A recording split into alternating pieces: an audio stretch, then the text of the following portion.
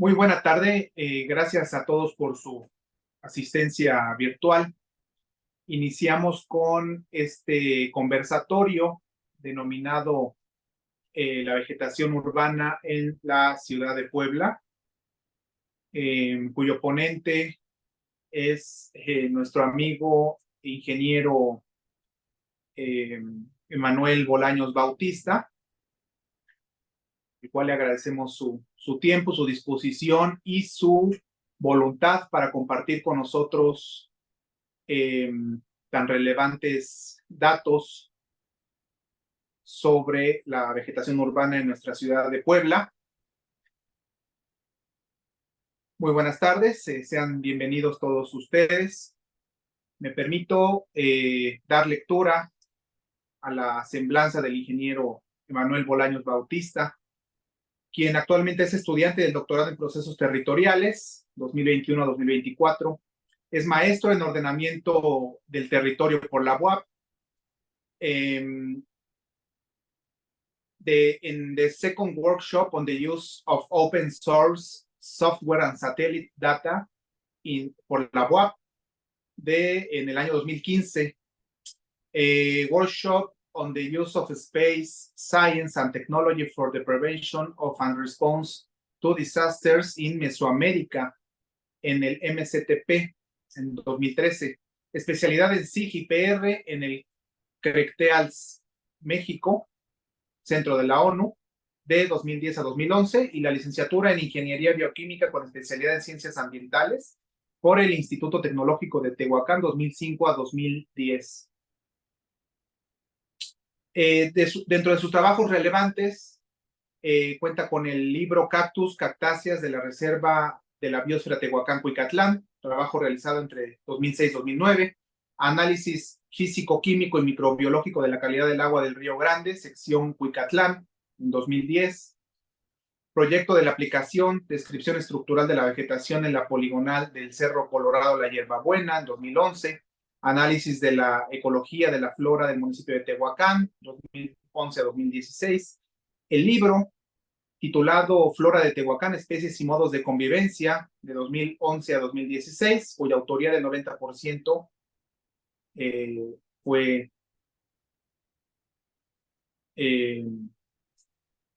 perteneciente a esta obra.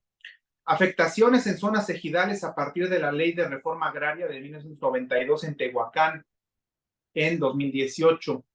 Monitoreo de bosques de niebla empleando percepción remota en la Reserva de la Biosfera Sierra Gorda, Querétaro, trabajo en 2017, colaborativo. Monitoreo con percepción remota en bosques de pino plagados con Dendroctonus en la Reserva de la Biosfera Sierra Gorda, en Querétaro también.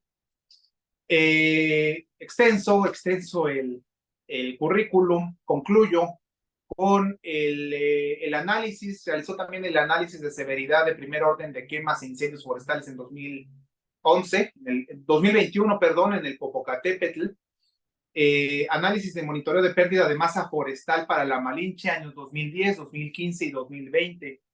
Análisis de las áreas urbanizables del municipio de Puebla para cuantificar suelos construidos de amortización y vegetación arbustiva.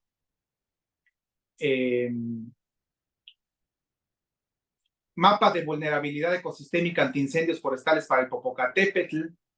Y finalmente, mapa de vulnerabilidad ecosistémica ante la presencia del fuego en zonas agrícolas y forestales en el volcán Popocatépetl.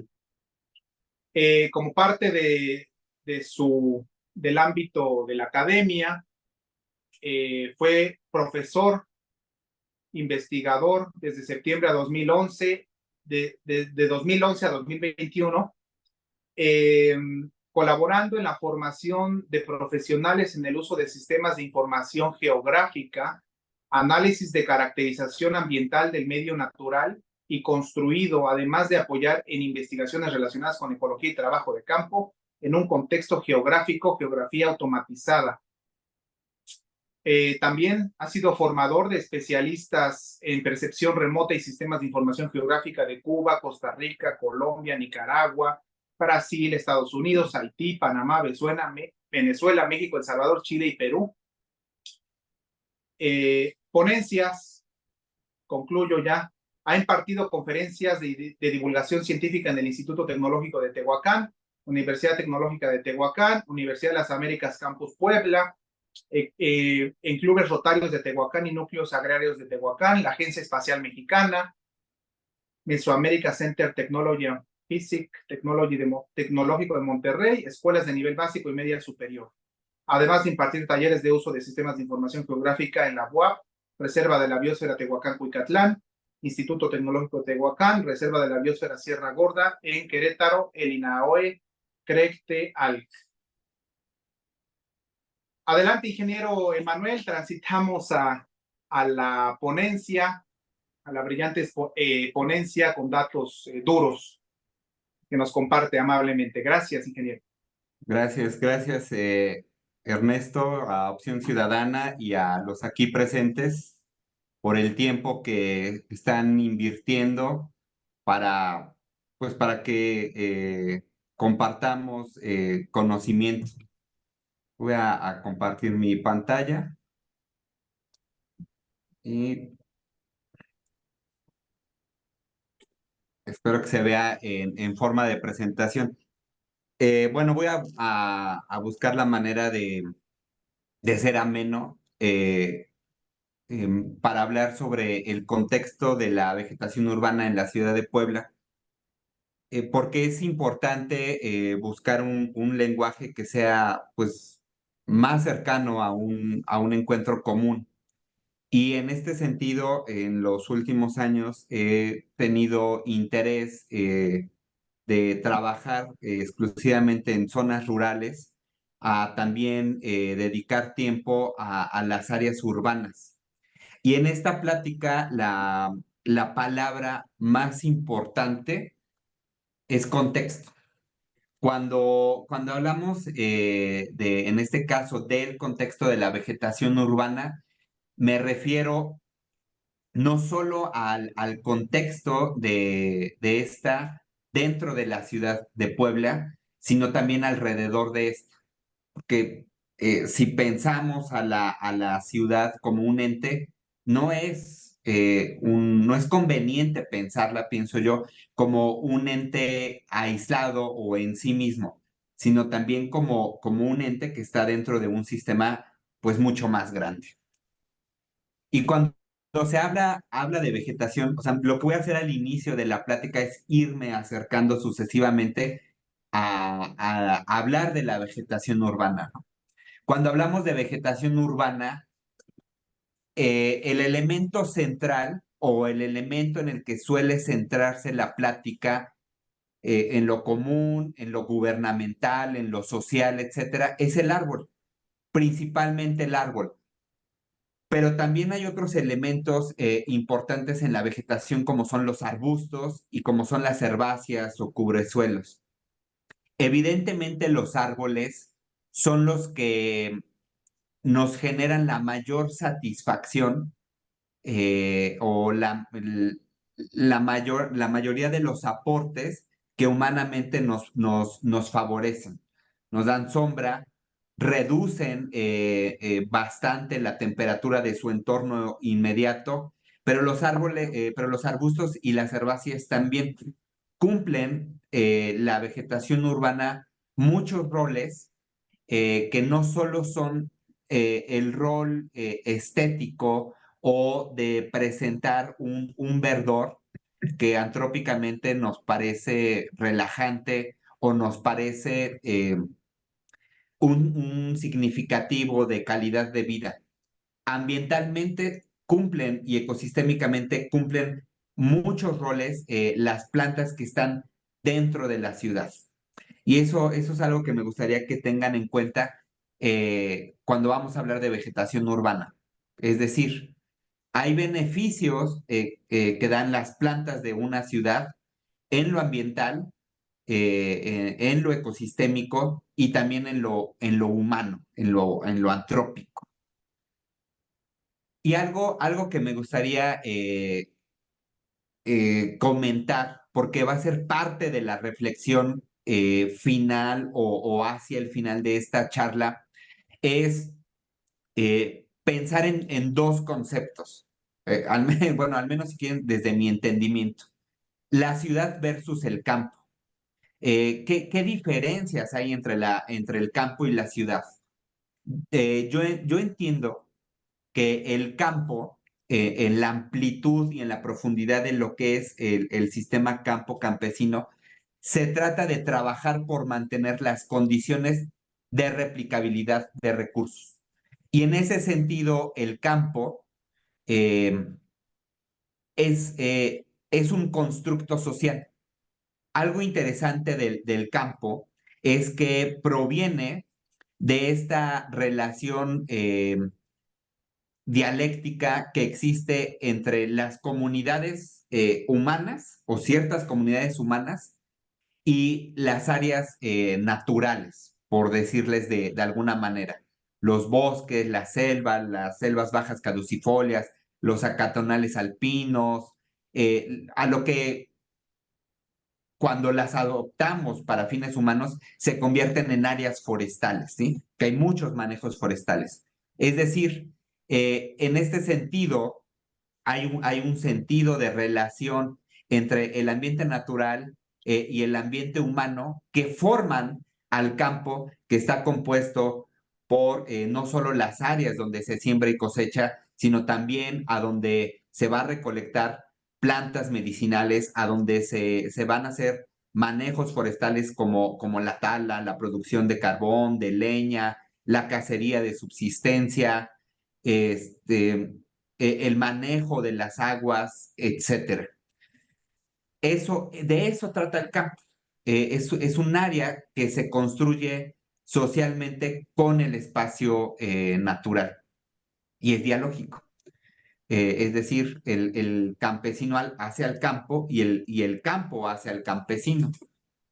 Y no es como el huevo y la gallina, ¿no? Que de hecho es un pésimo ejemplo porque obviamente primero fue el huevo, los dinosaurios pues eran ovíparos, y en este sentido la relación dialógica quiere decir que no hay una génesis, que el campo o el campesino no es génesis uno del otro, sino que son producto de una relación. Y bueno, esta reflexión del campo la retomo más adelante. Entonces, ¿de qué se trata la ciudad? La ciudad, pienso yo, que se trata de trabajar por mantener, ¿sí? También es trabajo, y en esto tiene similitud con el campo, se trata de trabajar por mantener las condiciones de habitabilidad, ¿sí? De poder estar en un espacio determinado. Pero en este sentido, la ciudad es medio construido en sí mismo y el campo es un medio construido que proviene del ámbito natural, del ambiente natural. De ahí viene el campo. Entonces, creo que sería conveniente pensar a la ciudad no solo que se trate de trabajar por mantener condiciones de habitabilidad, sino de buena habitabilidad, es decir, que nos permitan desarrollarnos correctamente. Y en ese sentido, el campo, muchos aspectos del campo tienen mucho que enseñar a los que somos citadinos, a las ciudades. Pero ya lo vamos a hablar más adelante. Bueno, para esta plática es importante pensar a la ciudad como una unidad territorial, donde hay diferentes componentes y subcomponentes. Hay un componente humano, obviamente, porque la ciudad está hecha, está pensada para que habiten las personas. De inicio, para eso se han ido desarrollando las ciudades, es decir, tienen un constructo, un componente social y por ende, actualmente y desde hace mucho, tienen un componente institucional. Tenemos componentes gubernamentales, es decir, de relaciones de poder, que además los poderes institucionales están acotados a diferentes ámbitos que toquen el territorio y por ende el entorno geográfico y el ámbito geográfico socioespacial, etc. Y las ciudades también obviamente tienen un contexto ambiental. Hay determinismos geográficos, hay cuestiones que determinan las condiciones en las que vamos a vivir también. Es decir, hay aspectos en los que yo sé que está muy de moda hablar de la globalización, o otros ya van hacia lo local, la localidad y lo global, pero también hay que pensar, o sea, y hay que seguir repensando en lo que determina geográficamente, ambientalmente en nuestra localidad para pensar nuestras ciudades de una manera congruente. Entonces, en ese sentido, la unidad territorial va en ese sentido, en considerar lo antrópico y lo ambiental, ¿no? Los determinismos geográficos. Y bueno, yendo ya a ese tema, porque vamos a hablar de la vegetación urbana de Puebla como un caso que se puede presentar, pero es nuestro caso particular, porque supongo que muchos de los que están aquí en esta plática o de las personas que están aquí habitan acá en la ciudad de Puebla, en el municipio, o tienen algo que ver con la ciudad, o algún interés al menos. Bueno, pues la ciudad de Puebla es muy interesante si pensamos en la ciudad o el municipio de Puebla.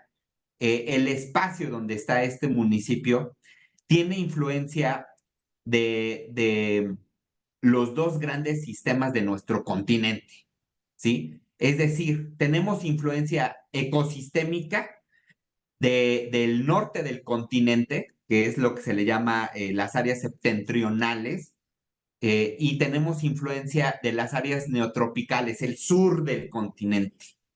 Por ejemplo, en la Malinche, ¿sí? Especies típicas del norte del continente son los pinos.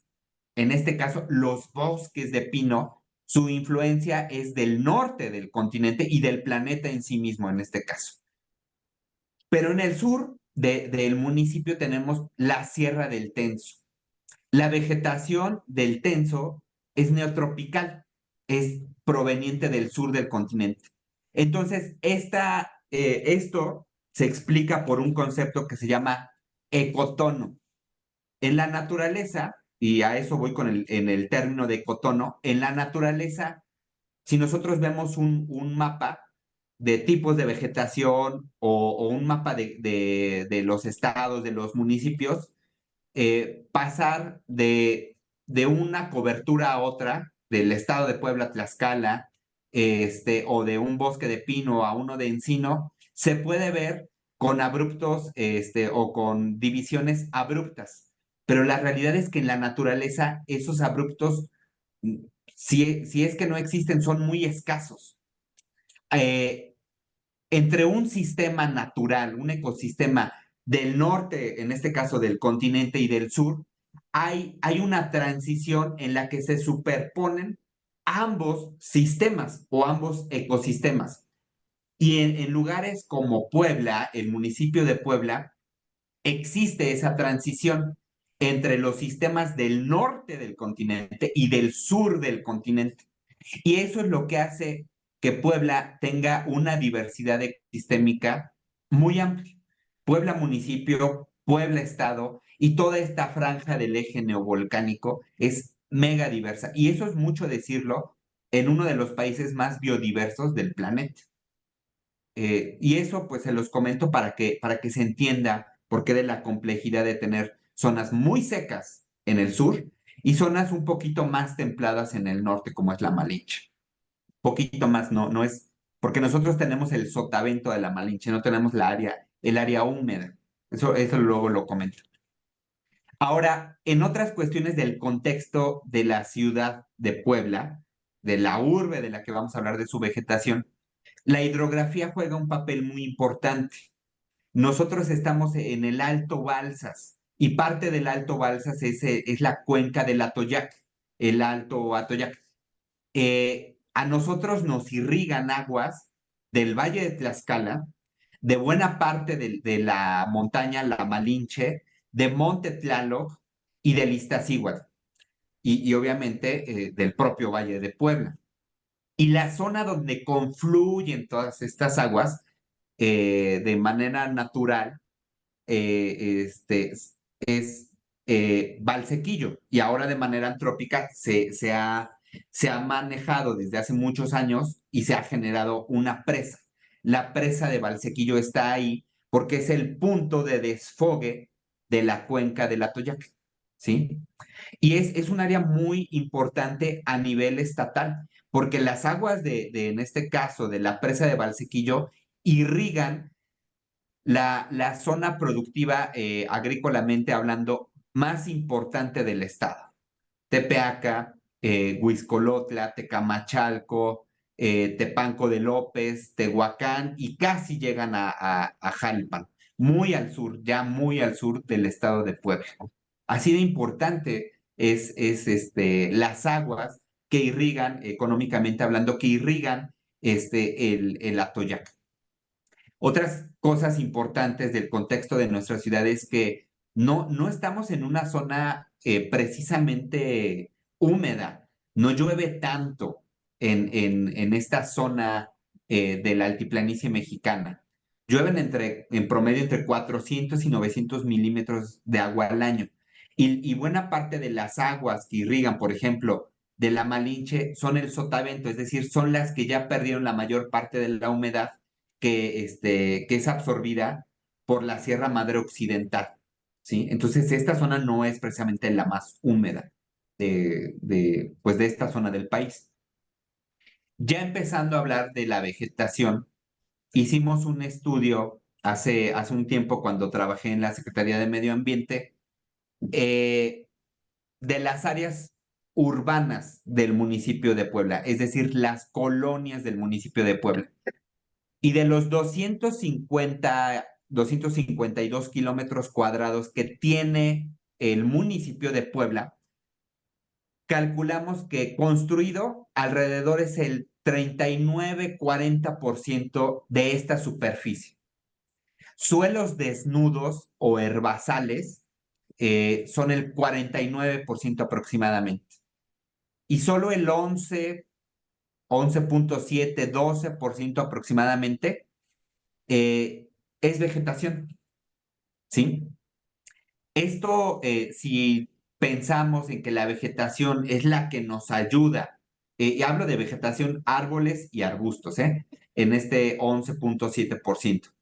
Si pensamos a la vegetación como es la que nos ayuda a regular la temperatura, solo en ese ámbito, a regular la temperatura del ambiente local, es como si ese trabajo de regular esa temperatura lo hicieran solo de 100 personas, 11 o 12 personas. Así de desigual están las coberturas. Y otro aspecto del que nos dimos cuenta al hacer estos análisis, que fueron por percepción remota, es decir, análisis de imágenes satelitales para detectar áreas que infiltran agua, áreas que no infiltran, para detectar vegetación, suelos desnudos, etcétera, nos dimos cuenta que las áreas con mayor densidad de vegetación están en las barrancas, en las zonas de preservación ecológica, como puede ser Flor del Bosque, La Calera, y algunos parques, ¿sí? Con los que cuenta la ciudad. La mayor parte de esa vegetación está en el sistema de barrancas, ¿sí? Y el resto está en vía pública y en propiedad privada, ¿sí? Pero las áreas que concentran más vegetación están en estas zonas que les digo, o sea, de manera continua.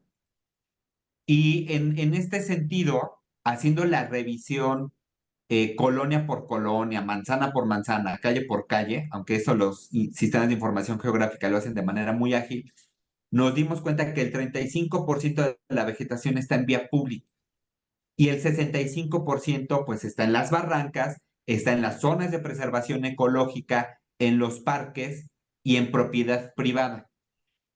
Y estos datos son muy importantes o van a ser muy importantes ahora que habemos un grupo de personas que tenemos interés por mejorar la política pública en torno a la vegetación urbana en este caso en el municipio de Puebla.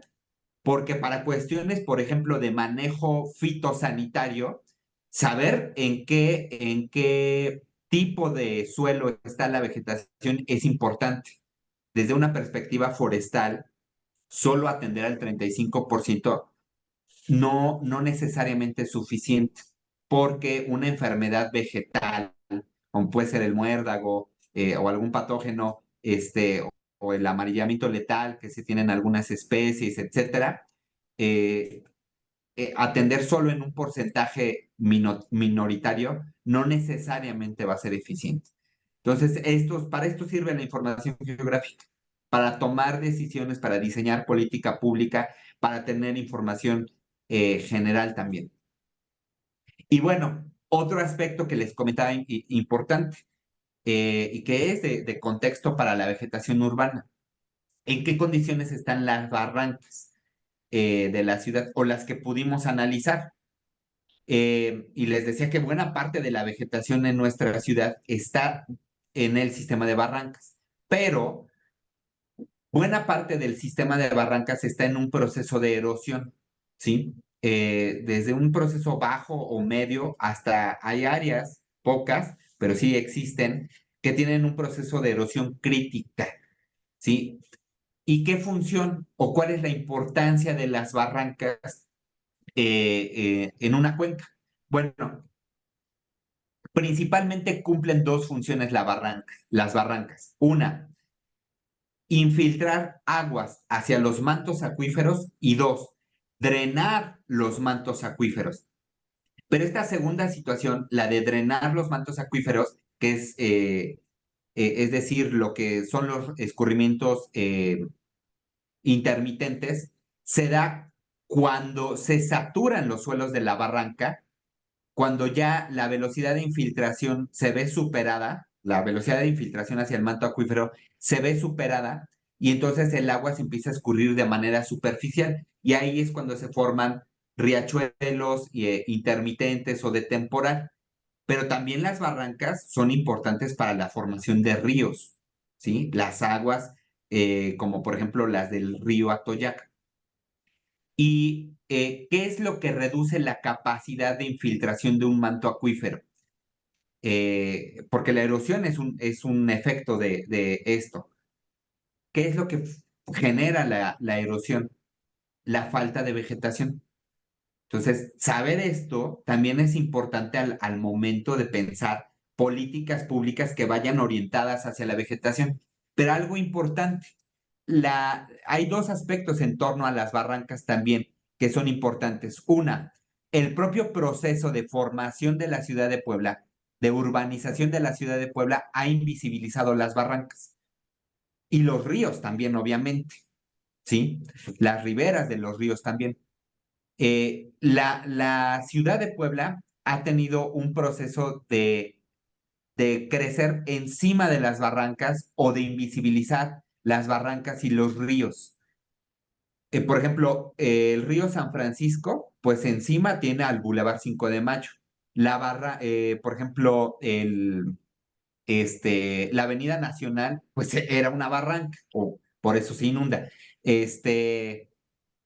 Por ejemplo, la línea de defensa, así se le llama, la línea de defensa de Puente Negro, desvía buena parte de las aguas de la Malinche y las manda hacia el río Alcesec. Y así hay una gran cantidad de ríos que están tapados o encimados por calles, puentes, que no nos permite ver a dónde está todo este sistema de barrancas. Y si no convivimos con esas barrancas, pues tampoco les vamos a tener, digamos, mucho cariño, que digamos, ¿no? Y esa parte socialmente sí es importante.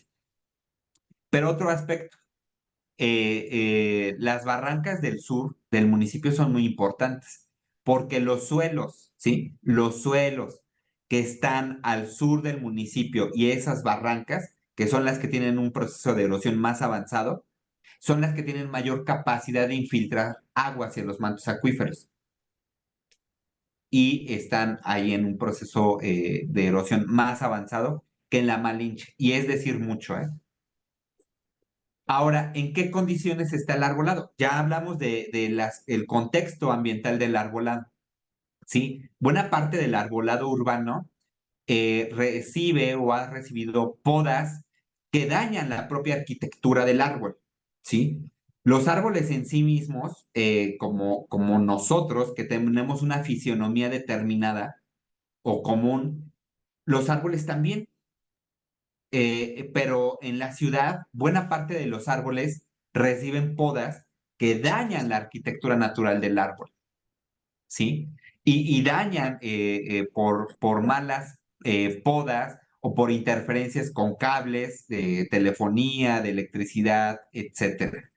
También hay una mala selección de especies en el ámbito urbano, porque, por ejemplo, esta, que obviamente tiene un problema de interferencia con los cables, esta especie que es exótica, la que se está viendo en este momento, pues, por ejemplo, no va a brindar más servicios ecosistémicos que un árbol que tenga una copa amplia, ¿sí? Y acá hay otro ejemplo, que de hecho es el mismo árbol, de procesos constructivos que no solo tienen que ver con la vía pública, sino también con la propiedad privada, que interfieren con el área o el espacio que podría ocupar este árbol de manera natural. Mucho del arbolado urbano daña la infraestructura vial, principalmente, no solo, pero principalmente banquetas. Y esto genera problemas de movilidad. Muchos árboles generan perjuicios en tuberías, ya sea de suministro de agua o de drenaje. También muchos árboles tienen daños mecánicos, ya sea por accidentes viales, o sea, de automovilistas que directamente van, o sea, por accidente o las razones que sean, chocan con los árboles, o porque hay gente que va y los machetea también. También hay manejos de árboles que al podarse de cierta manera desequilibran la estructura del árbol, ¿sí? Como pueden ver acá en este árbol, cortaron una raíz primaria, ¿sí? Cortaron por las razones que haya sido, pero el árbol quedó inclinado hacia un costado. Y eso, esa otra raíz, perdón, ramificación, mantenía en equilibrio este árbol, porque también hay que pensarlos como estructuras autoportantes. Y bueno, como les decía, el arbolado por problemas de espacio tiene interferencias con la vía pública y con la propiedad privada.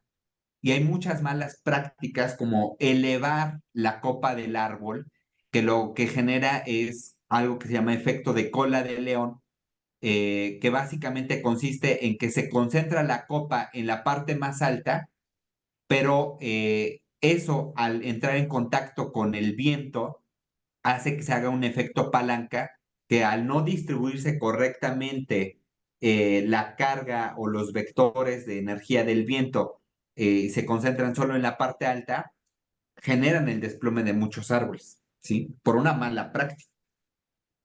Ahora, las problemáticas en torno al árbol urbano, a la vegetación urbana, son de espacio, es decir, de planeación del espacio.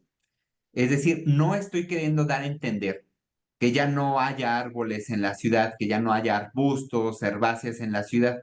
No, sí queremos árboles y queremos vegetación, pero hay que tener en cuenta que existen dos grandes grupos de perjuicios.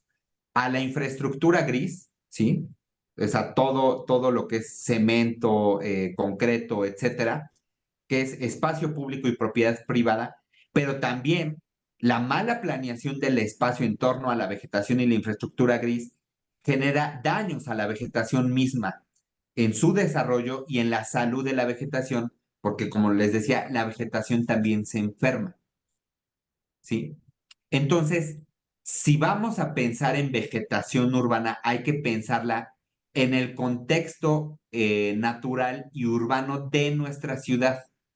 Tenemos que pensar nuestra vegetación en torno al sistema de barrancas.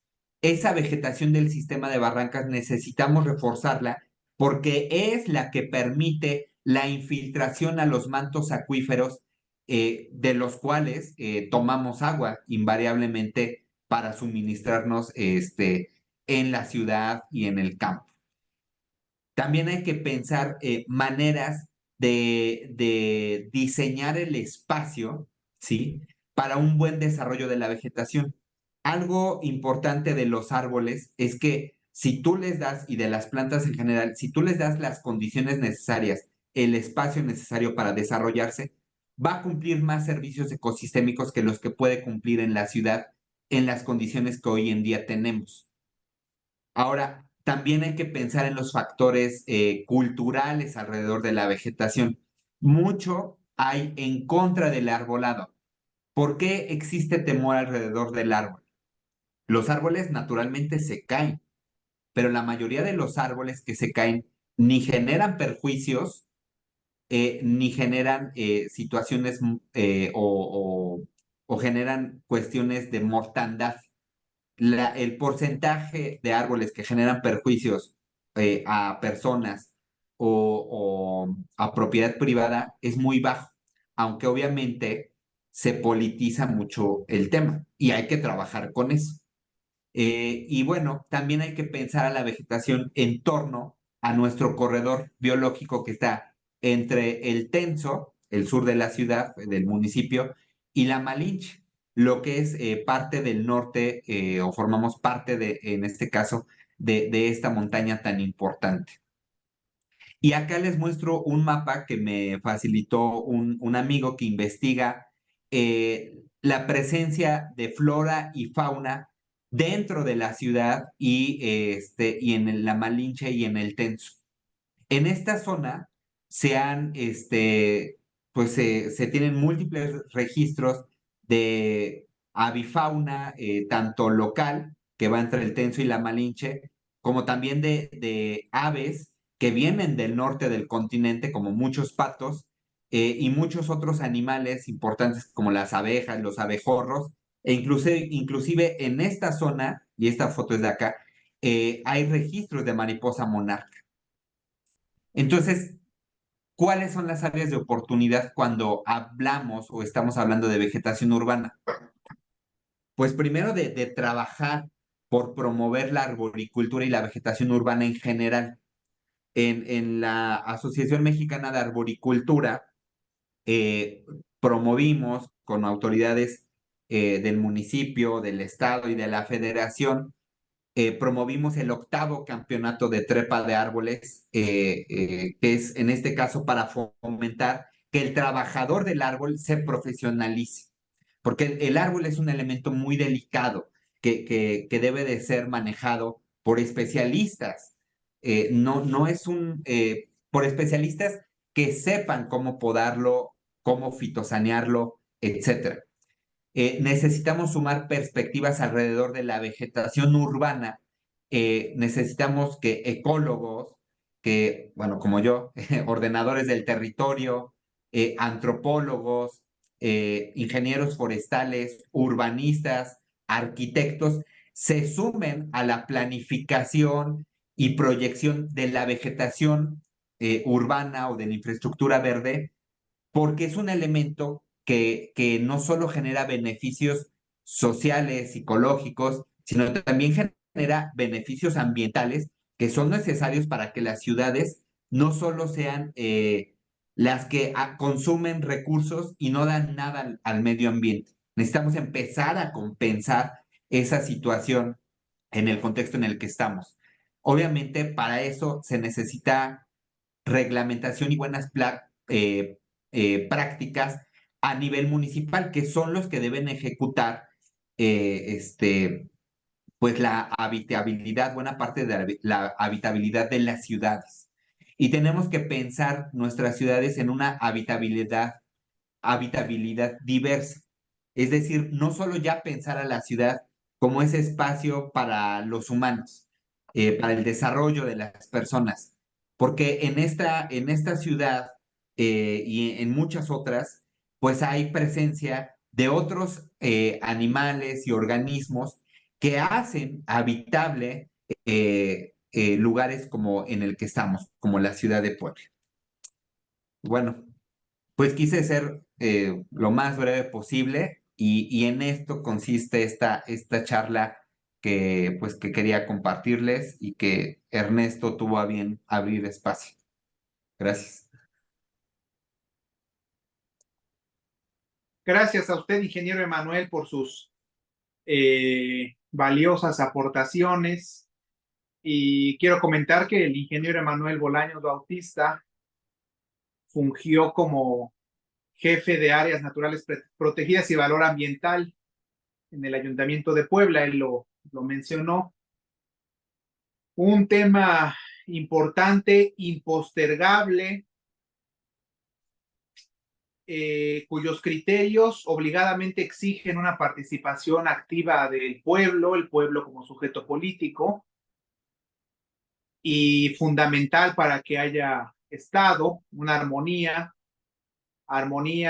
intergubernamental y un fortalecimiento del aparato y de la estructura burocrática y gubernamental tendiente a ejecutar y consolidar políticas públicas, políticas de gobierno, pero lo más valioso, creo yo, políticas de Estado, con esa visión de Estado de largo alcance, de largo plazo, anti-inmediatistas, me permitiría yo decir, anti-inmediatistas. Transitamos al siguiente punto del orden del día con la posibilidad de intervenir y pueden hacerlo mediante preguntas, comentarios adicionales, inquietudes o incluso propuestas. También lo agradeceré ampliamente que pudieran manifestar el uso de la voz mediante la mano física o la mano virtual. Insisto en el contexto de generar precisamente estas propuestas de valor que atiendan a la realidad social. Agradeceré pudieran manifestar su voluntad para intervenir.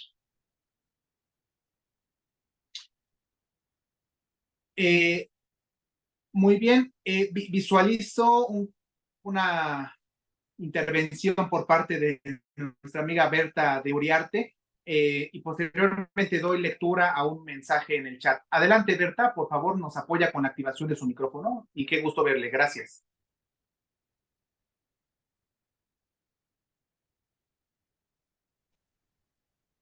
¿Ya me oyes? Muy bien, adelante, Berta, por favor. Sí. Bueno, primero que nada, saludarlos, decirles que me da muchísimo gusto verlos. Aparte, me encanta la plática, el tema es algo que es un tema en el que me gustaría ver involucrados a muchísimas personas, pero sobre todo quienes tengan capacidad de tomar decisiones. De lo que habla Emanuel, con mucha capacidad, con mucho conocimiento, pero sobre todo con mucho entusiasmo, es necesario que se conozca a nivel de ayuntamientos y gobiernos del Estado para que se den políticas públicas ambientales adecuadas y a las que se les dé seguimiento sexenalmente, que no estemos descubriendo el hilo negro cada sexenio o cada nueva gestión administrativa. Eso es muy importante. Hay ciudades, creo que para mí es algo nuevo, lo más seguro es que ustedes hayan ya escuchado de Medellín, que decidieron tener una reforestación y cuidado en este sentido y han logrado que la ciudad baje 2 grados centígrados en su totalidad y que esté verde. Y como dice Emanuel, árboles, arbustos y herbáceas también tienen su propio microsistema, su propio micromundo necesario para que haya equilibrio. Yo generalmente voy a caminar al río Atoyac, ahora con lo del Popo no tanto, y me dio una tristeza enorme ver cómo sin ningún miramiento acababan con todos los matorrales, absolutamente. Y dejaban los pastos, si es que dejaban algo, como si fueran un campo de golf, Claro que obviamente como no hay riego, simplemente dejan al ras de la tierra las riberas del río y lo único que están haciendo es desertificar. Entonces, ¿quién dio este tipo de programas? ¿Cómo es posible que eso esté pasando siglo XXI en una ciudad como Puebla? Es inconcebible, inconcebible. Pero bueno, yo a los árboles los considero como, pues como héroes sin capa, porque nos proveen de muchísimos beneficios, son un compañero permanente en nuestras vidas y sin embargo constantemente tienen que sortear una serie de agravios y de peligros que si lo logran difícilmente sobreviven, pero pocos de ellos logran tener la majestuosidad que debería de tener un árbol. Yo les aseguro que si voy hoy a algún kinder o alguna primaria de aquí, sobre todo del municipio de Puebla, y les digo a los niños que hagan un dibujo de un árbol, me van a sacar un tronco con una cositita de nada de cabello, perdón, de vegetación, como si estuvieran rapados, y los he visto.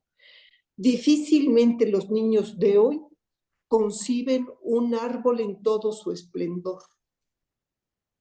Entonces, hay mucha tela de qué cortar en este campo, hay muchísimo de qué hablar, pero no los entretengo ni sigo porque, vaya, simplemente quería agregar un comentario y agradecerles que tomen estos temas y los hagan públicos, porque tenemos que sensibilizar a nuestros ciudadanos, que muchos de ellos aman y adoran a los árboles, pero sobre todo, por favor, a las autoridades.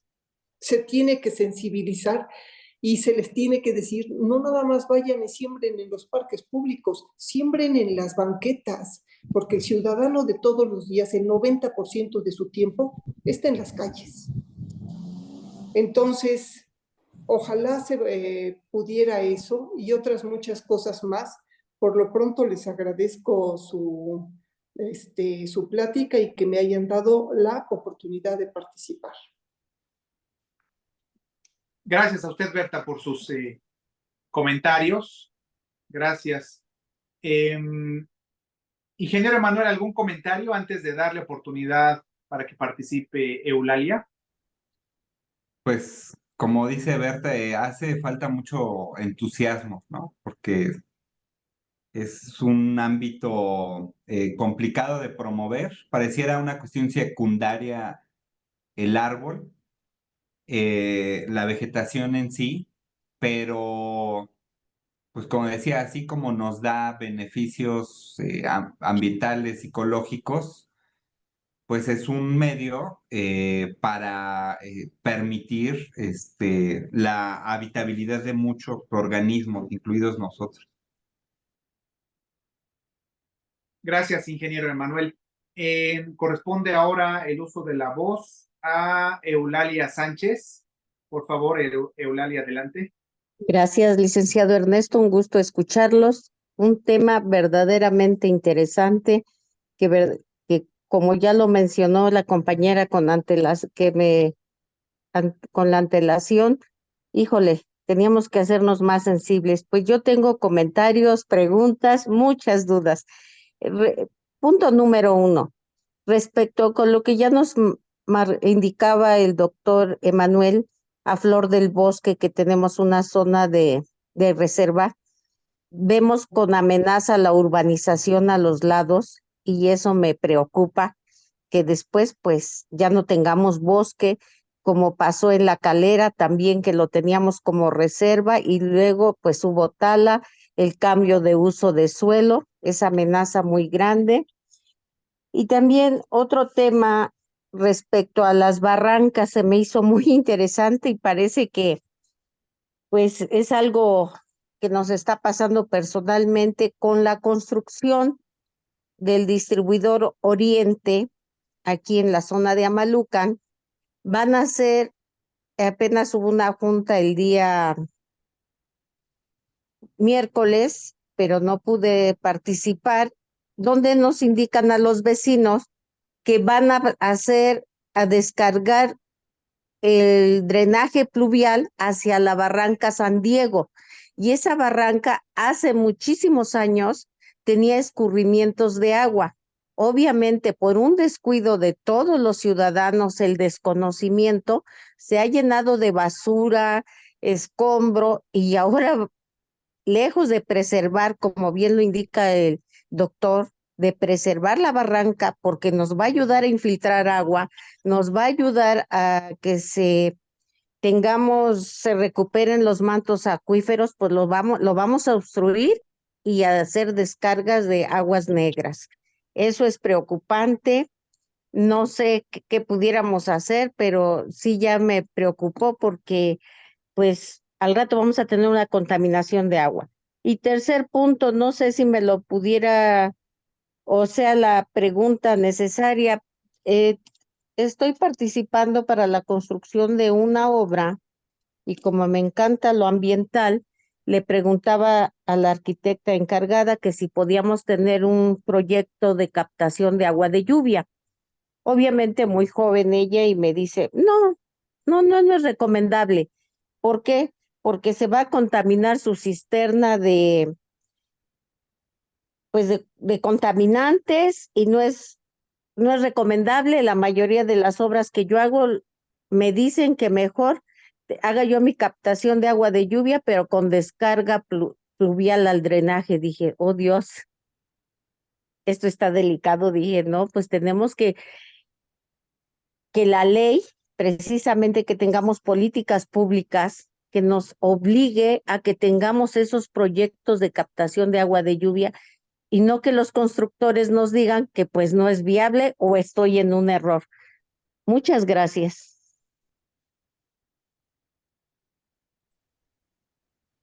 Buenas tardes, señora Eulalia.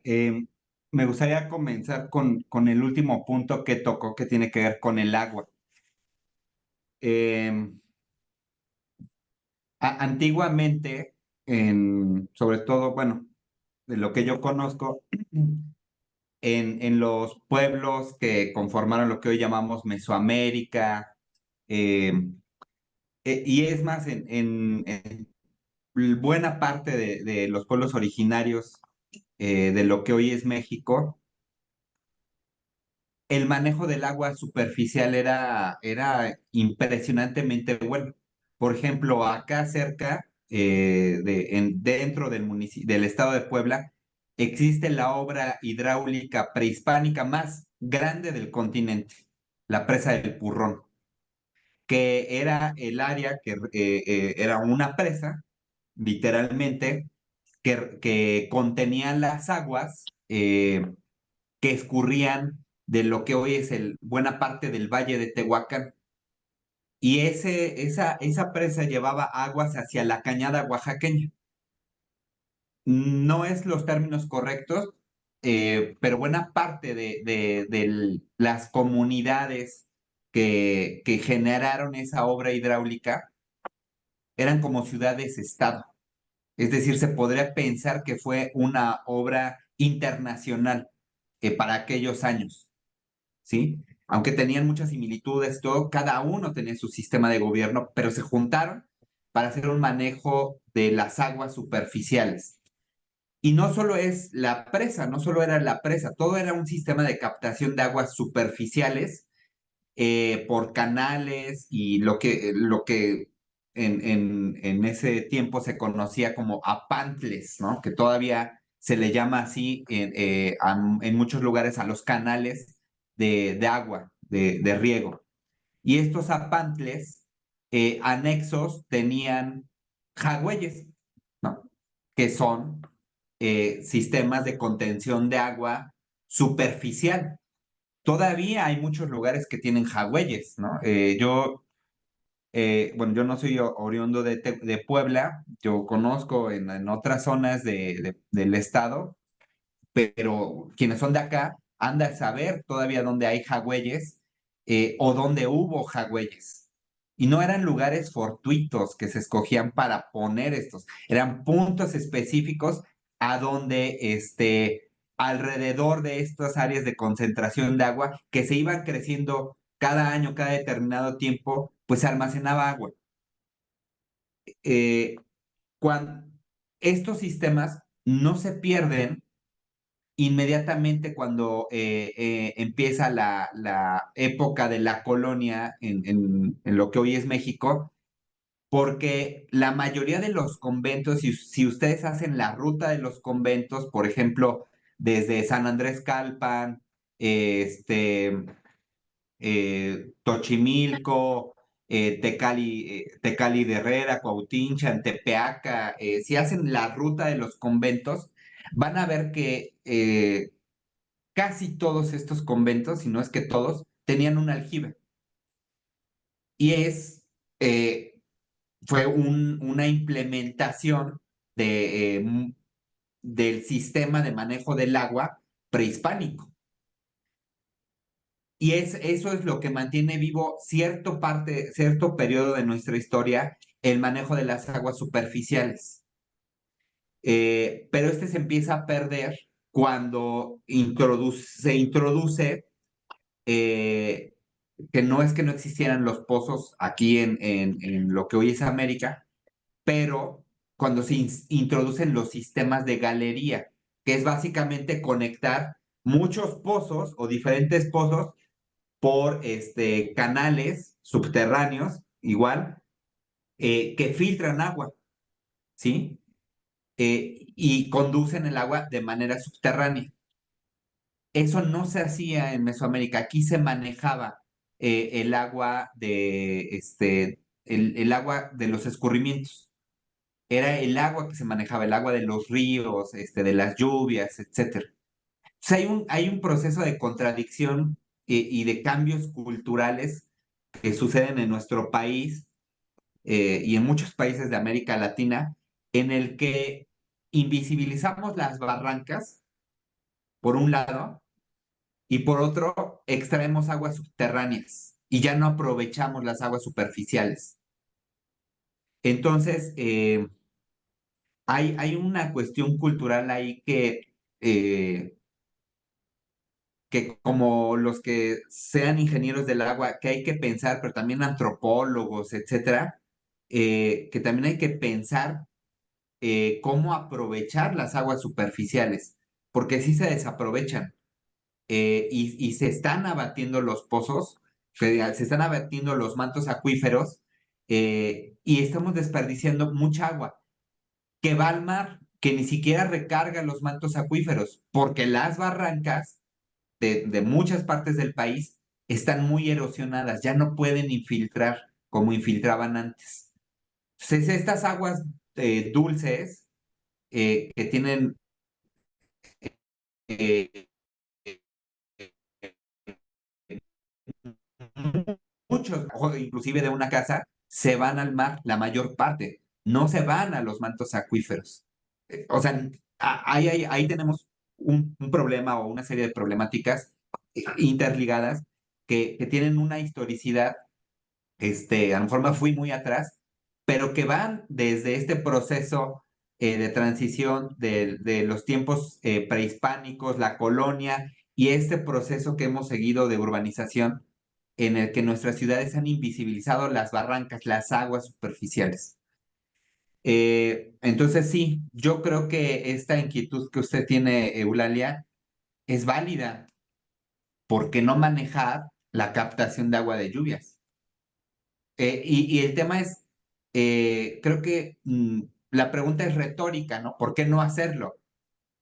Pero la pregunta objetiva que se tiene que hacer, no la retórica, es ¿cómo lo hacemos? Gracias, ingeniero Emanuel, por sus comentarios. Solicita nuevamente el uso de la voz Berta de Uriarte, por favor. Gracias. Emanuel, una pregunta, por lo que escuché ahorita y la inquietud de las barrancas y todo lo que está pasando. ¿Cuál sería el primer paso que sugieres tú para recuperar las barrancas en Puebla? Creo que, y eso va a responder también parte del comentario de la señora Eulalia, con desviar aguas para mandarlas a las barrancas. Creo que el primer reto es social. Eh, la barranca, en lo urbano principalmente, pero la mayor parte de la población hoy en día en México, más de la mitad, ya es urbana.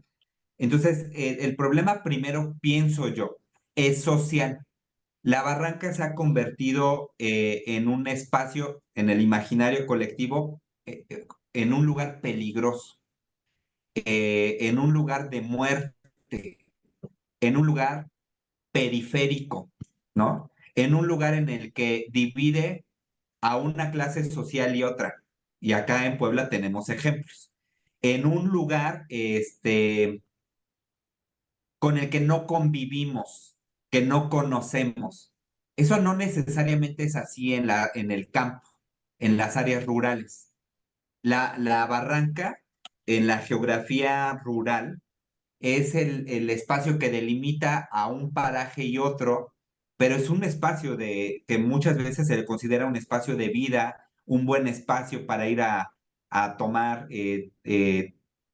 limos, o arenas. Es un lugar de recursos, que también puede tener algunas connotaciones negativas por alguna cuestión histórica, pero no es así la relación, campesina, o en las áreas campesinas, como sucede en la ciudad, que tienen una connotación negativa. Entonces, creo, si hablamos, de cuestiones de gobernanza, que entiendo que eso es lo que estaba hablando en parte Ernesto, ¿de dónde se tiene que nutrir el gobierno? Del pueblo. Nosotros como pueblo somos un ente moral, que tenemos, que no necesariamente todo lo que es moral es bueno, pero muchas de las cosas que hacemos, pues las hacemos porque tenemos necesidades de casa, de vestido, de sustento. Y hacia eso va la mayor parte de la moral, mexicana, a solventar nuestras necesidades de casa, vestido y sustento. Y en la manera de hacerlo, es que el gobierno, pues se debe de preguntar como un ente ético, es decir, que debe regular, el territorio, que debe regular la actividad humana, para el buen desarrollo del territorio del pueblo. El gobierno se debe de nutrir del pueblo, de esa moral. Entonces, por eso hablo que primero, para hablar de las barrancas, tenemos que trabajar socialmente. Nuestra relación con las barrancas en las áreas urbanas principalmente tiene que cambiar, para que tengamos una buena relación. Cuando haya, eh, un interés social a favor de la barranca, que hablo de un proceso largo, entonces el gobierno va a decir, ahí hay capital político, que obviamente en el gobierno también debe haber personas capaces, que no necesariamente se tengan que esperar a la parte que haya una cuestión moral o un capital político. También el gobierno tiene capacidad de incidencia para promover estos cambios. Entonces, se debe ir jugando ahí, pero sí, la inquietud, creo, para que sea palpable y sea a largo plazo, se tiene que dar socialmente. Las vías pueden ser de la propia sociedad hacia la propia sociedad, o gubernamentales, de la sociedad hacia el gobierno, del gobierno hacia nosotros, etcétera. Gracias, ingeniero Emanuel, por sus comentarios. Hablaba Gracias. usted, gracias, Berta también, y Eulalia. Eh, Hablaba el ingeniero Emanuel sobre la ruta de las haciendas y eventualmente de los conventos y esa implementación del sistema hídrico o del tratamiento hídrico, ¿no?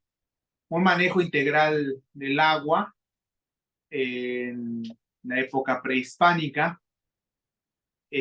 cuya labor también corresponde a la propia fundación de nuestra ciudad, ¿no, ingeniero Manuel? Ya usted hablaba sobre el río San Francisco y la importancia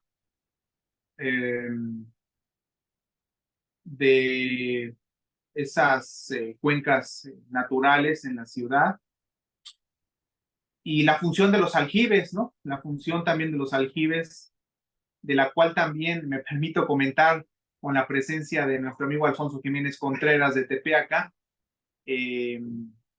donde también hemos tenido oportunidad de recorrer algunas haciendas y propiamente conocer para quienes éramos inconscientes físicamente de los aljibes y su función hídrica. Me permito leer un comentario de Gustavo Juárez. Gustavo, si desea usted intervenir mediante la activación de su micrófono, con todo gusto.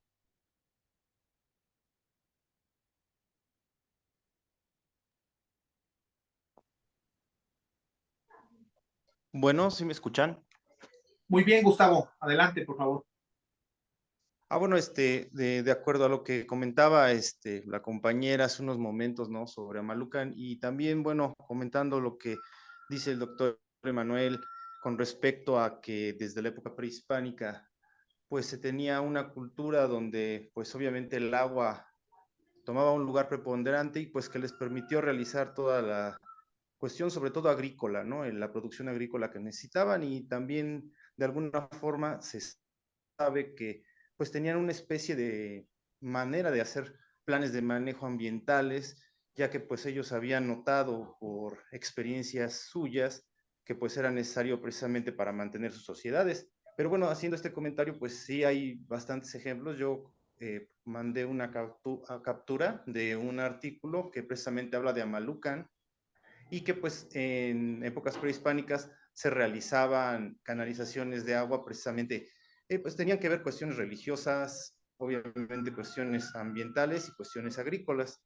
y que bueno, de alguna manera sí es importante, ya que bueno, yo soy de Amalucan, nosotros estuvimos en la defensa del Cerro de Amalucan, cuando se intervino con el parque, ya que, bueno, hubo algunas cosas que no nos gustaba cómo se llevaron a cabo debido a que se pudieron haber aprovechado precisamente todas esas circunstancias para generar más captaciones o captadores de agua que no tuvieran que, por desgracia, por la erosión, pues realmente bajan como corrientes y de alguna forma pues generan problemas tanto viales, problemas de inundaciones, ¿no?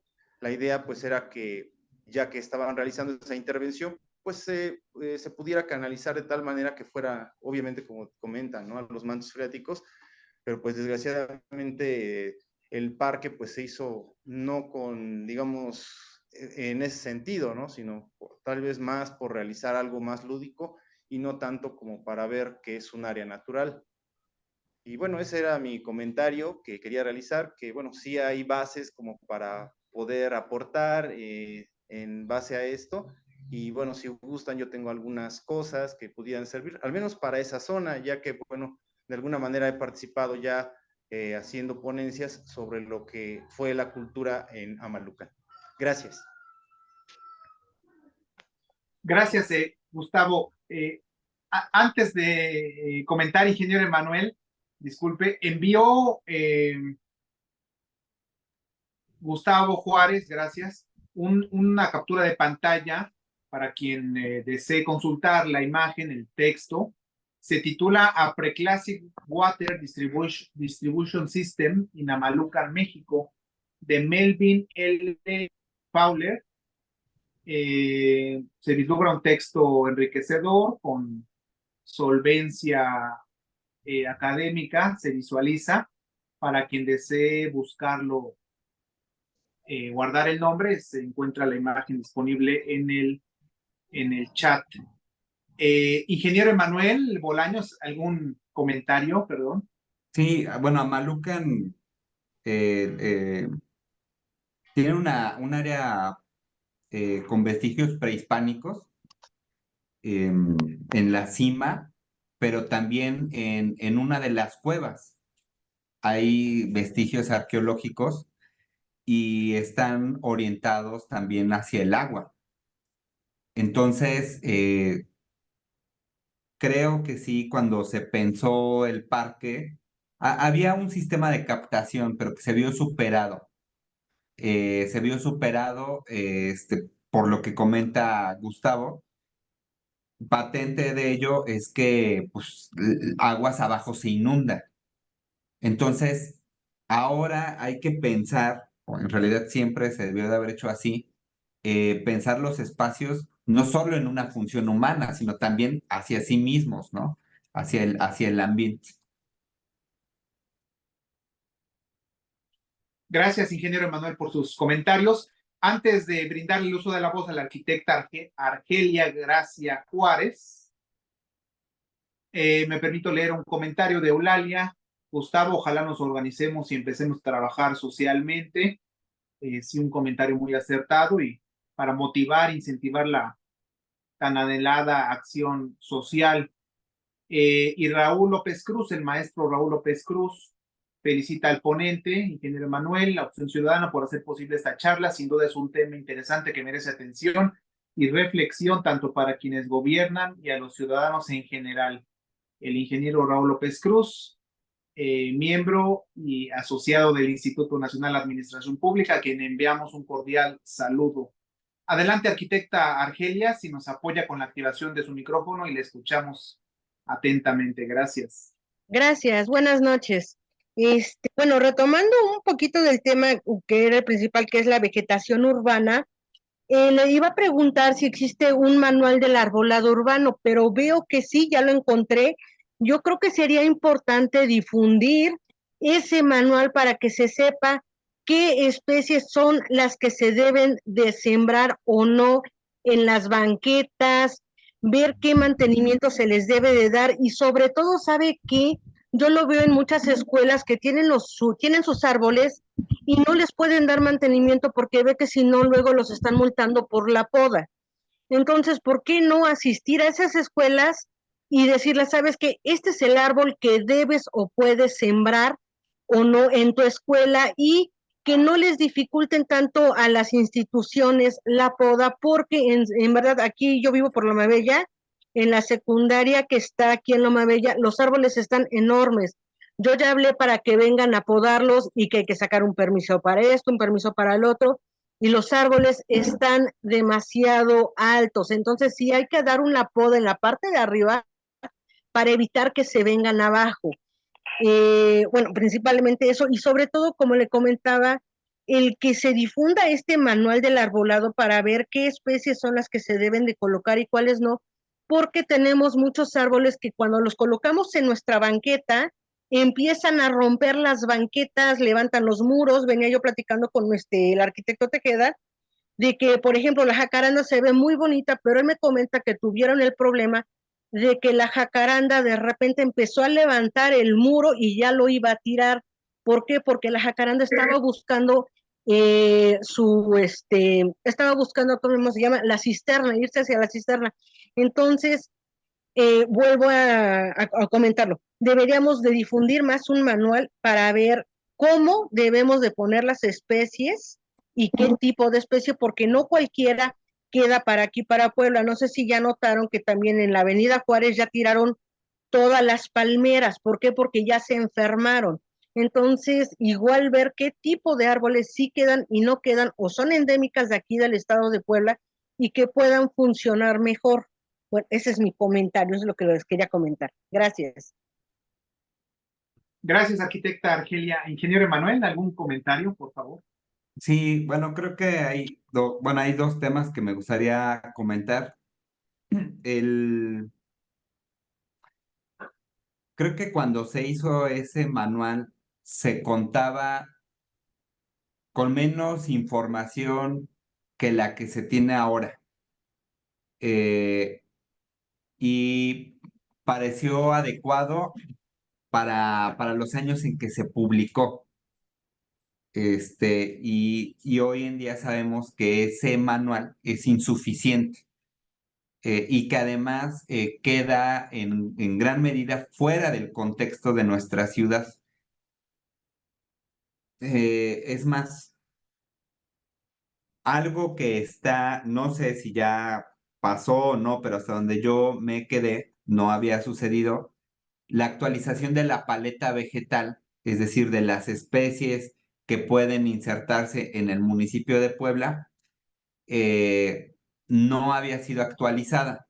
No es que se tenga que actualizar eh, cada año, cada trienio, sino que hace falta la actualización de la paleta vegetal que se tiene en vigor actualmente porque tiene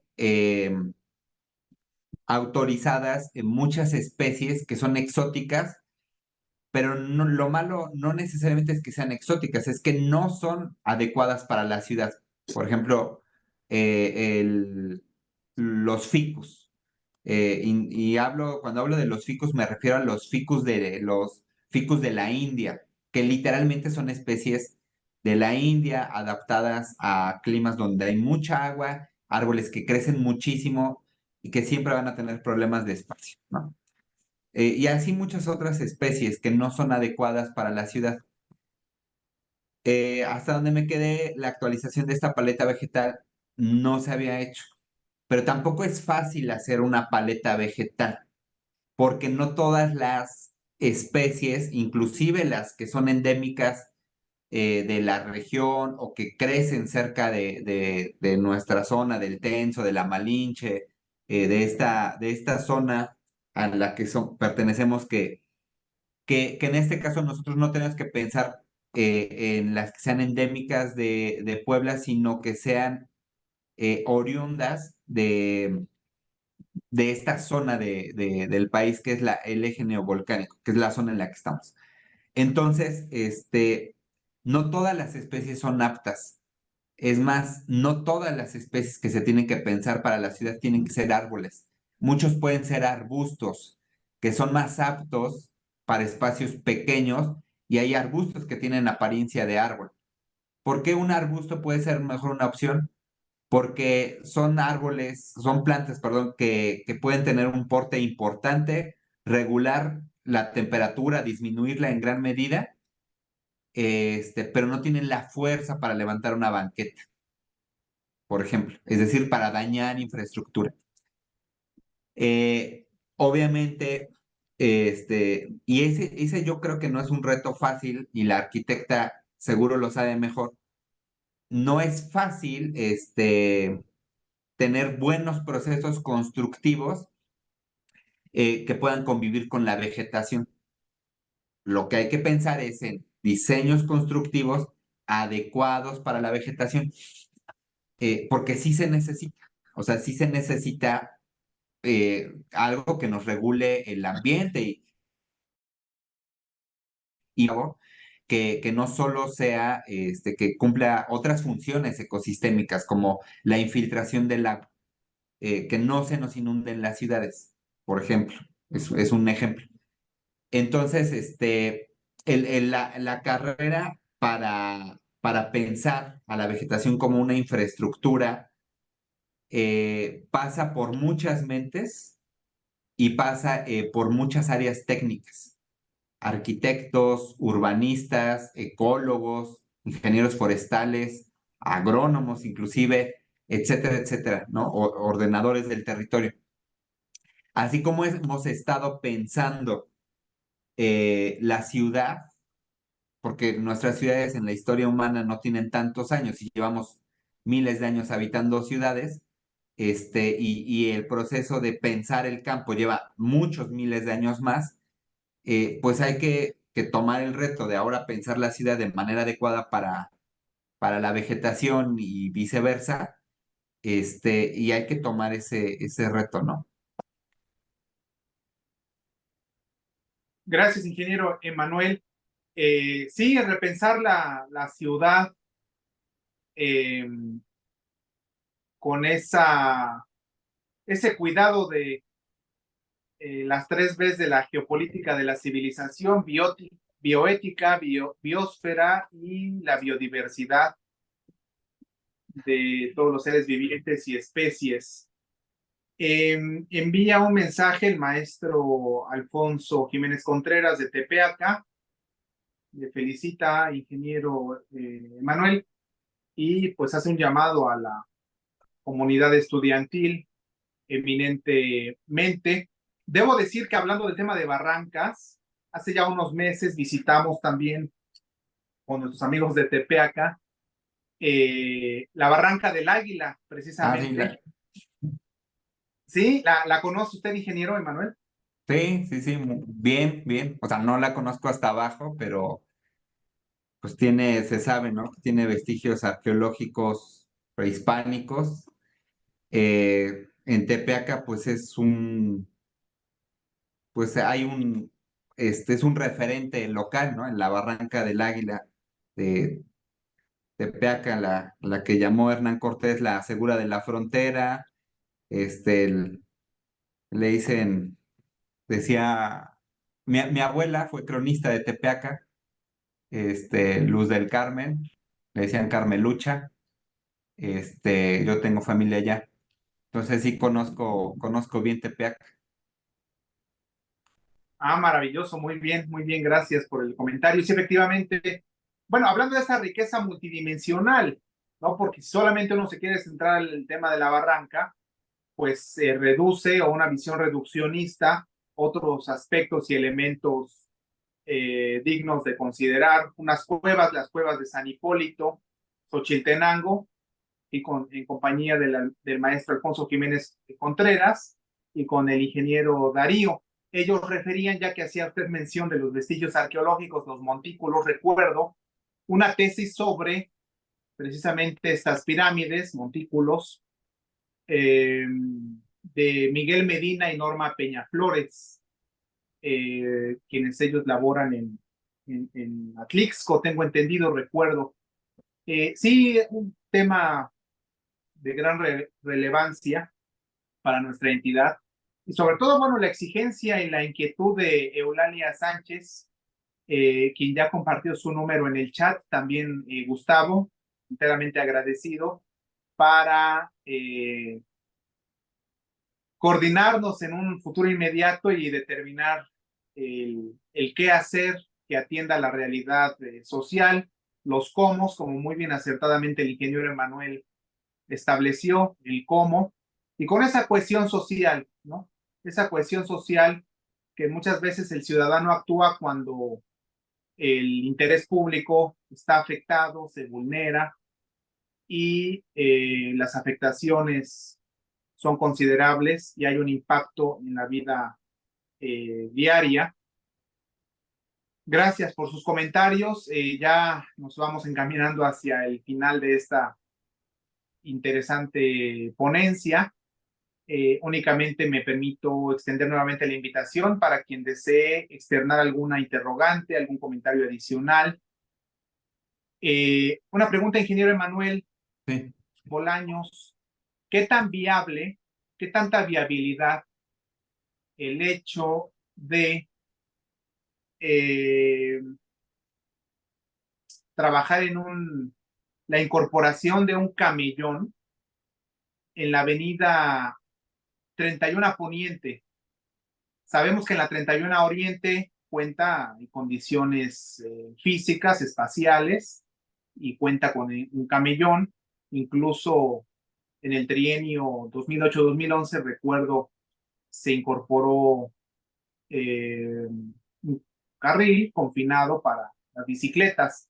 Pero concretamente en la 31 Poniente, ingeniero Emanuel, sabemos es muy reducido el espacio, pero ¿qué tan viable sería incorporar un camellón y claramente arbustos, árboles que no dañen la estructura vial actual existente? ¿Qué tan viable, ingeniero Emanuel, desde su perspectiva? Bueno, supongo que sería de la bajada del puente, ¿no? Que es avenida, el Boulevard Atlisco. Atlisco, ajá, hasta Boulevard 5 de Mayo, ¿no? Hay un camellón después del Boulevard 5 de Mayo hasta el Ecológico, ¿no? Ese es el tramo que tiene un camellón. En la otra parte no. Eh, yo pienso que como originalmente esa parte que se amplió porque se expropió parte de la propiedad privada para ampliar esa vía, habría mucha restricción. Pero ahí es a donde creo que hay otras soluciones en lugar de un camellón. O sea, si la idea fuera arborizar, un camellón no necesariamente sería una respuesta. La función, entiendo, de un camellón parte es permitir no solo dividir un carril de otro o una línea de flujo o hacia otra que lleva en direcciones contrarias, sino en una avenida amplia dar un espacio para que los transeúntes puedan pasar de un lado a otro, ¿no?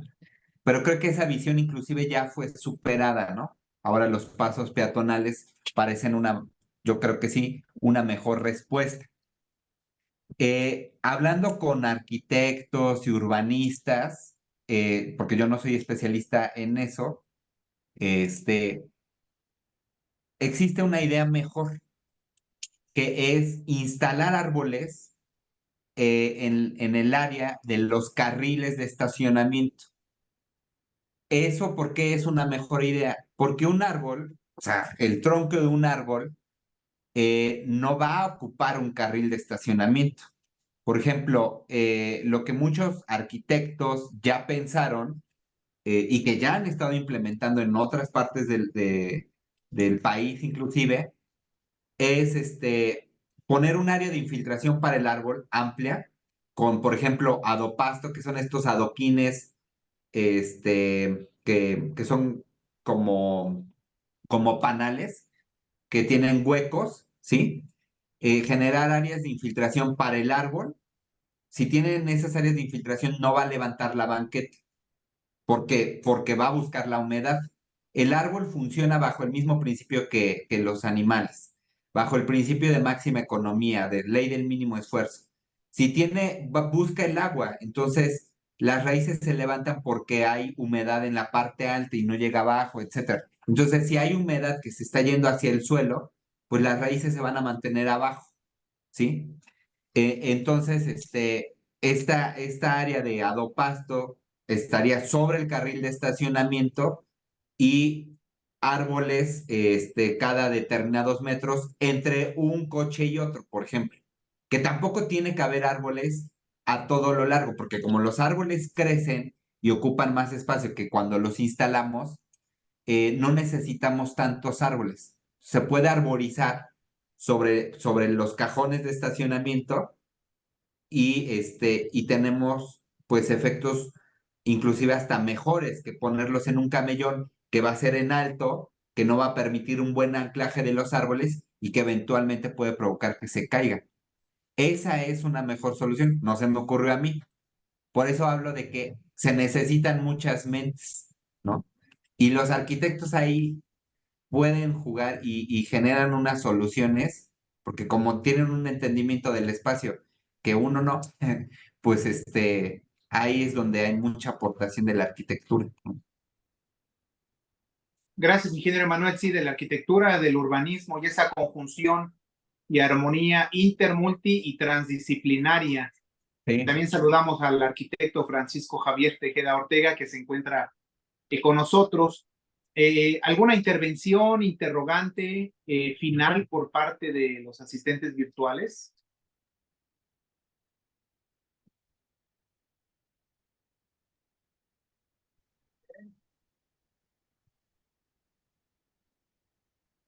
Sí, licenciado. Maestro Raúl López Cruz, ¿desea intervenir? Por favor, adelante. ¿Qué tal? Buenas tardes. Muy bien. Solamente quisiera agradecer la invitación para participar en esta charla.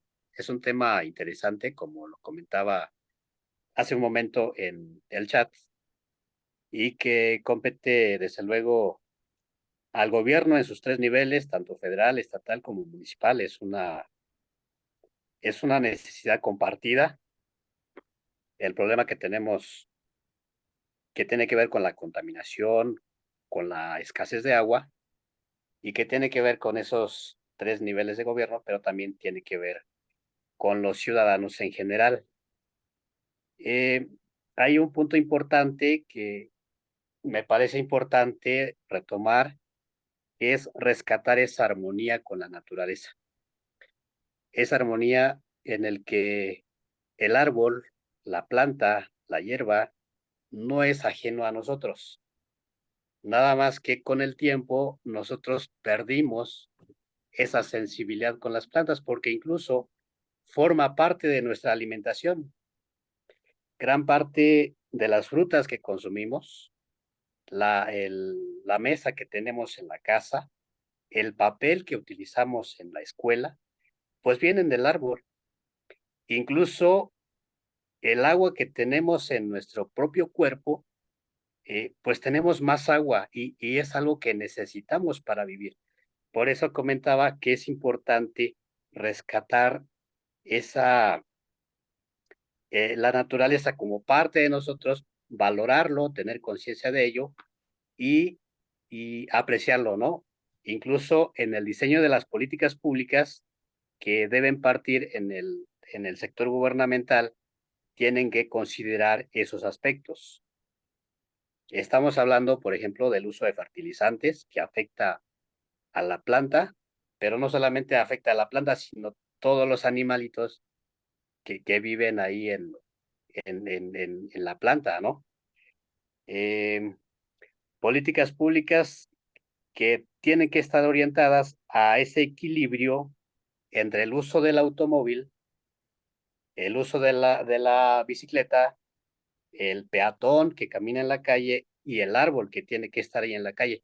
Pareciera ser que el árbol es malo porque levanta la banqueta, pero si lo vemos al revés, realmente estamos invadiendo el espacio de la planta o estamos invadiendo el espacio del árbol. Creo que ese sería un punto de partida para tomar conciencia de los árboles que son parte de nosotros y del agua que es parte de nosotros. Es lo que quería comentar y para concluir, aquí es un punto interesante porque habría que verlo desde un punto de vista holístico. La misma Constitución Política de los Estados Unidos Mexicanos habla de un medio ambiente sano en el artículo 4. Habla del derecho al agua para consumo personal y doméstico y que esa agua tiene que ser limpia, tiene que ser abundante. Habla también del derecho a la movilidad sustentable y en la misma Constitución hay una parte también que habla del derecho a la ciudad.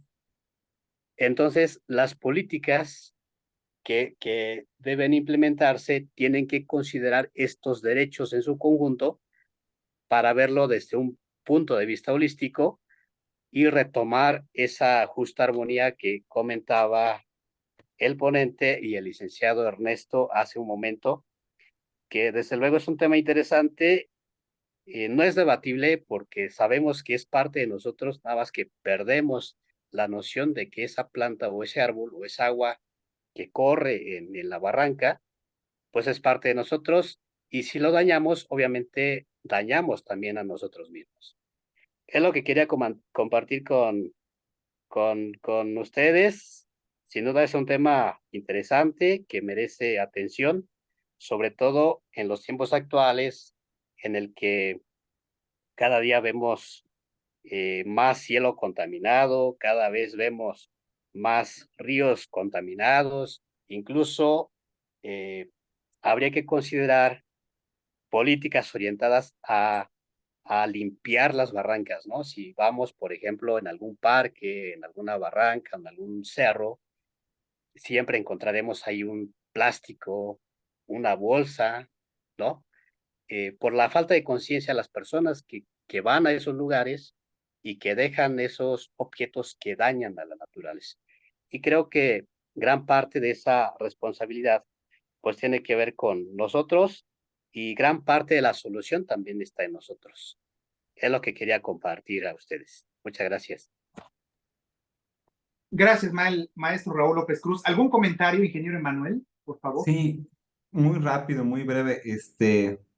Comentó el arquitecto Raúl algo muy importante que es el derecho a la ciudad.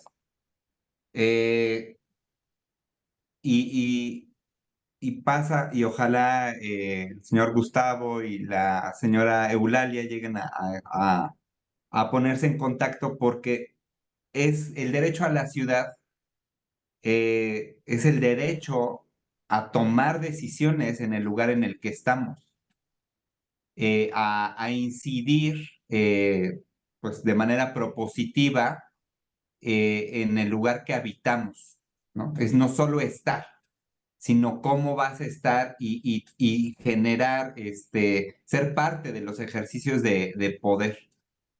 Y en ese sentido de el holismo, de participar desde diferentes puntos de vista o áreas del conocimiento, se puede hacer ese ejercicio, nada más.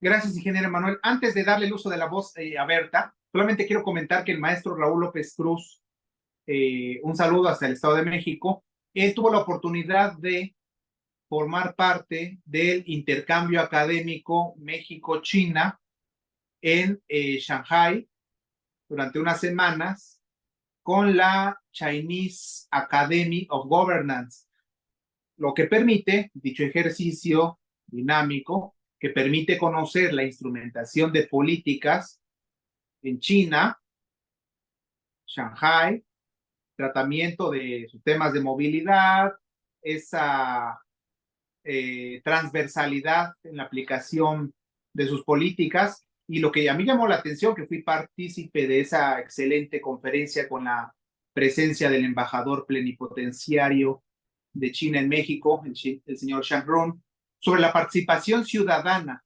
Llamó mi total atención. Y bueno, el maestro Raúl López Cruz fue parte de ello, de ese ejercicio de intercambio académico, y en consecuencia, contar con esos elementos para eventualmente incorporar en nuestro país y nuestras ciudades diversos instrumentos que permitan mejorar las gestiones y manejo integral. Gracias, maestro Raúl López Cruz. Berta, adelante con su intervención para casi finalizar con la sesión. Adelante, Berta, por favor. Gracias, Ernesto. Bueno, pues yo le quería decir al maestro Raúl López Cruz que me encantó su frase de la naturaleza como parte de nosotros. Y escuché en él una gran sensibilidad para los árboles y el medio ambiente que nos rodea, y cómo desearía que como él hablara cada vez más personas. Cuando yo observo un árbol y veo todo lo que nos brinda, desde la belleza, el rocío sobre sus hojas, los insectos que la visitan, el aire que lo mueve, el esplendor que representa un árbol, que es brutal, simplemente hermosísimo. Cualquier cosa que si de repente me levantó la banqueta o tiró hojas de más, todo es perdonable, absolutamente irrelevante. La majestuosidad del árbol y el que podamos meterlo en nuestras calles y en nuestras vidas, que nos acompañe y que nos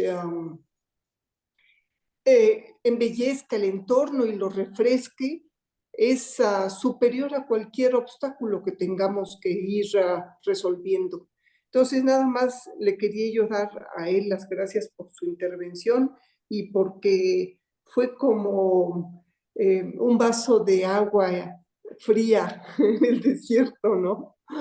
Muy bien, lo mismo agradecerle al doctor Emanuel Bolaños por todos sus conocimientos y compartirlos con nosotros, y a todos los que estuvimos ahorita presentes, y a ti, Ernesto, por organizarlo. Les mando a todos un fuerte abrazo.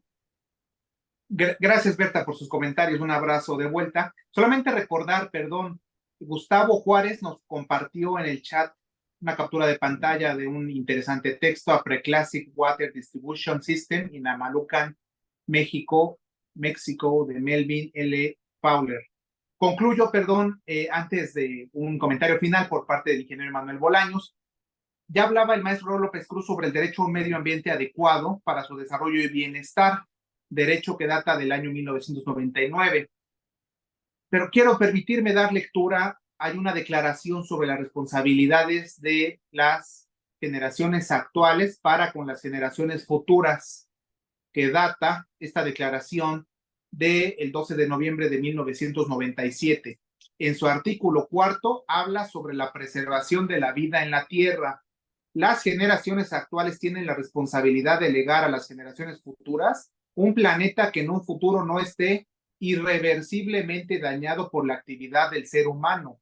Al recibir la tierra en herencia temporal, cada generación debe procurar utilizar los recursos naturales razonablemente y atender a que no se comprometa la vida con modificaciones nocivas de los ecosistemas, ya que el progreso científico y técnico en todos los ámbitos no cause perjuicios a la vida en la Tierra. Y concluyo con su artículo quinto de misma declaración.